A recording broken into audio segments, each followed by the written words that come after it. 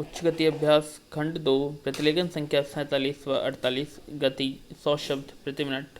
Be ready 3, 2, 1 start. महोदय, इस उपग्रह पर मानव अस्तित्व को बनाए रखने के लिए सबसे पहले आवश्यक है कि ऐसे विकास कार्यों को जारी रखा जाए जो सामाजिक न्याय पर आधारित हों और जिन्हें न्यायपालिका का समर्थन प्राप्त हो, अन्यथा पर्यावरणीय प्रदूषण के कारण न तो पीने के लिए साफ पानी मिलेगा और न सांस लेने के लिए शुद्ध वायु और न ही आश्रय देने वाले वृक्ष ही रहेंगे। 21वीं सदी में संपूर्ण संसार मात्र शमशान भूमि तथा उद्योग की छीजन और रेडियोधर्मी कचरे की कूड़ेदानी बनकर रह जाएगा। लोभी मानव को सोने का अंडा देने वाली मुर्गी को नहीं मारना चाहिए। वायु, जल, वनस्पतियाँ और पशु पक्षी मनुष्य जाति के अस्तित्व के अभिन्न अंग हैं जिन पर उसका भविष्य निर्भर करता है।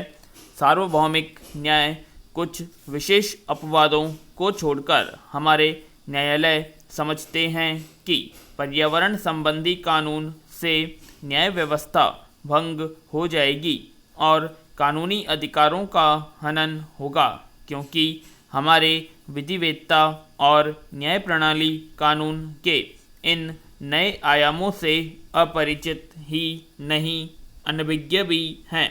यह अधिनियम काफ़ी व्यापक है और इसमें विभिन्न प्रकार के जल स्रोतों को शामिल किया गया है।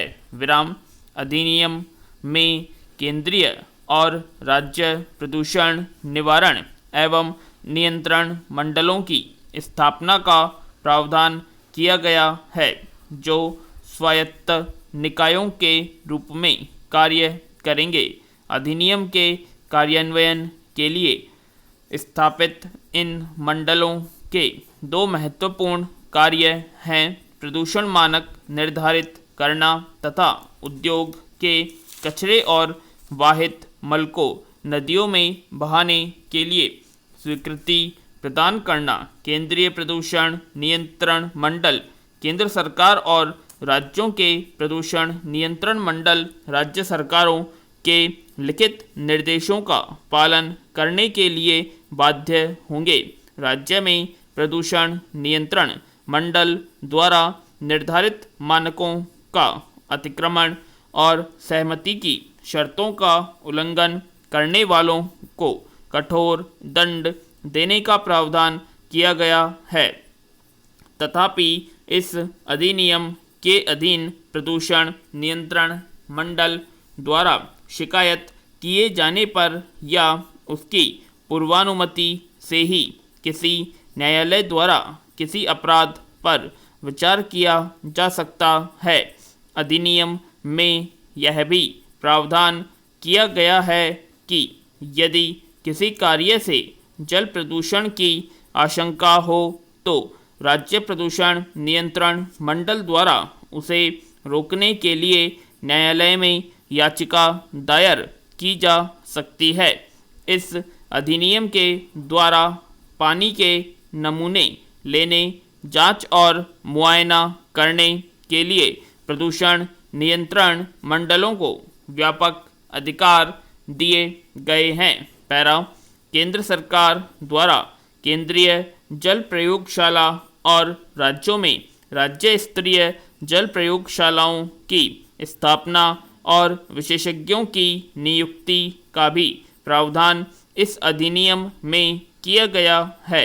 वाहित मल और उद्योगों के कचरे से होने वाले जल प्रदूषण को रोकने के लिए आवश्यक उपाय स्वयं करने का अधिकार भी राज्य प्रदूषण नियंत्रण मंडलों को दिया गया है। यह अधिनियम ब्रिटिश अधिनियम की नकल है और प्रदूषण फैलाने वाले या उससे प्रभावित समुदाय दोनों पर इसका कोई असर नहीं पड़ा।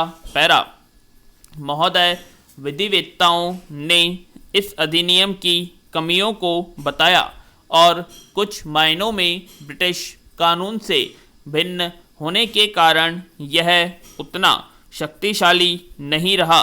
भारत में प्रदूषण निवारण के लिए अनेक प्राधिकरण और अधिकारी अनेक प्रकार के नियंत्रण और अलग अलग कानून एक समस्या है जिससे कानून कमज़ोर पड़ जाता है और उसका प्रभाव कम हो जाता है।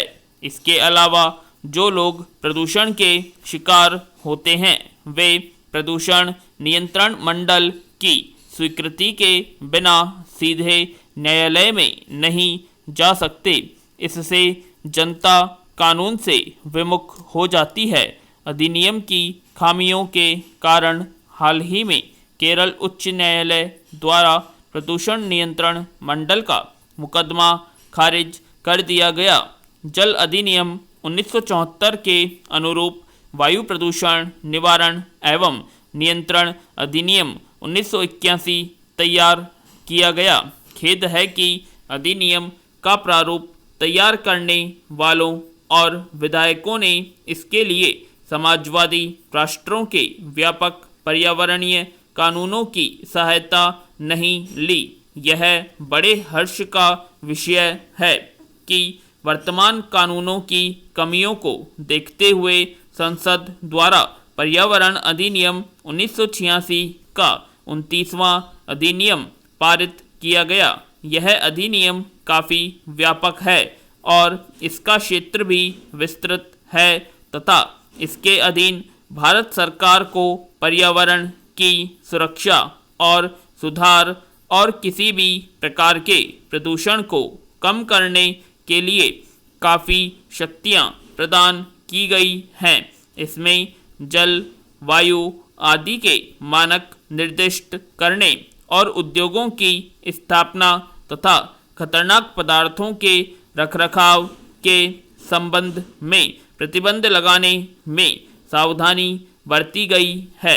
पैरा पर्यावरण के प्रदूषण के कारण होने वाली दुर्घटना से बचने और उद्योग की चिमनियों से निकलने वाले प्रदूषणकारी तत्वों पर नियंत्रण के लिए अन्य उपाय करना केंद्र सरकार के अधिकार क्षेत्र में आता है।